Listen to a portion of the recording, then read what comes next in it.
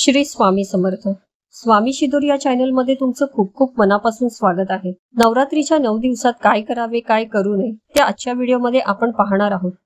या दिवसांमध्ये काही नियमांचे पालन करणे अत्यंत गरजेचे असते।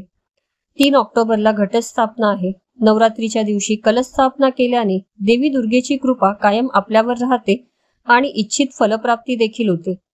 शास्त्रानुसार या दिवशी सकाळी घटस्थापना आणि देवी पूजन करण्याची परंपरा आहे। पहिल्या दिवशी प्रतिपदा, तेथे कलश प्रतिष्ठापना मुहूर्ताच्या वेळेस आणि विधीनुसार करावे।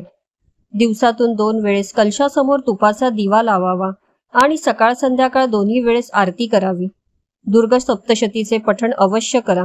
रोज मंत्र स्तोत्र याचे पठण करा। दुर्गा स्तोत्राचे पठण केल्याने पूजेचे पूर्ण फळ मिळते।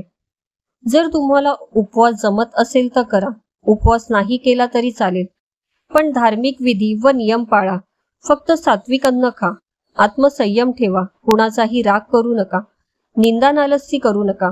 या गोष्टी केल्याने उपवासाचे व आपल्या पूजेचे फळ आपल्याला मिळत नाही।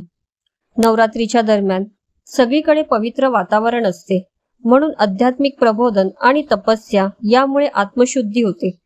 नवरात्रीच्या काळात दुर्गा सप्तशतीचे पठण करणे शुभ मानले जाते। हा अतिशय पवित्र ग्रंथ आहे। याच्यातले उच्चार करणे शक्य होत नसेल तर मोबाईलवर लावून तुम्ही ऐकू शकता किंवा बोलू शकता। सप्तशतीचे पठण नवरात्रीमधील उच्च कोटीची सेवा आहे। वर्षातून 2 वेळा ही सेवा करण्याचे आपल्याला भाग्य लाभते, ते म्हणजे चैत्र नवरात्री आणि शारदीय नवरात्री। या दिवसांमध्ये ग्रंथाचे पठण केल्यास पुण्याची प्राप्ती होते। या दिवसात कलशासमोर अखंड दिवा प्रज्वलित केला जातो, तो विझणार नाही याची काळजी घ्या, आणि जर चुकून विझला तर अशुभ किंवा चुकीचे काही घडणार असे मनात मुळीच आणू नका। नैसर्गिकरित्या चुकून वात विझू शकते। उपवास केला किंवा नाही केला तरी मांसाहार आणि मद्यपान करू नका। तामसिक पदार्थ खाऊ नका। कांदा लसूण आहारातून वर्ज्य करावे। जर तुमच्या घरात कलश स्थापना अखंड ज्योत असते तर देवीचे जागरण ठेवलं जातं। घर कधीही रिकामं सोडू नये। घरात कोणी ना कोणी असावं। घराला कुलूप लावून दरवाजा लावून घरातील सर्वांनी कुठेही जाऊ नये। आपल्या घरात घटस्थापना झाली आहे याचे भान ठेवून कोणीतरी एका व्यक्तीने घरात अवश्य थांबावे। उपवास ठेवणाऱ्या व्यक्तीने चामड्याच्या वस्तू वापरू नये। या दरम्यान ब्रह्मचर्याचे पालन करणे देखील आवश्यक आहे। उपवास ठेवणाऱ्या व्यक्तीने दुर्गा चालीसा किंवा दुर्गा सप्तशतीचं पठण करताना कोणाशी बोलू नये। असे केल्याने पूजा अपूर्ण मानली जाते। स्तोत्रांचे मंत्रांचे पठण करताना शक्यतो मौन पाळावे। मन लावून भक्तिभावाने पूजा करावी।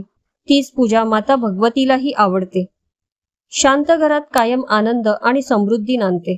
9 दिवसात घरात वादविवाद भांडणतंटे होणार नाही याची काळजी घ्या। घरातील वातावरण प्रसन्न कसे राहील याकडे आवर्जून लक्ष द्या, कारण माता लक्ष्मीच्या घटाची स्थापना आपण घरात करत असतो, त्यामुळे तिलाही प्रसन्न वाटेल असं वातावरण आपण घरात ठेवलं पाहिजे।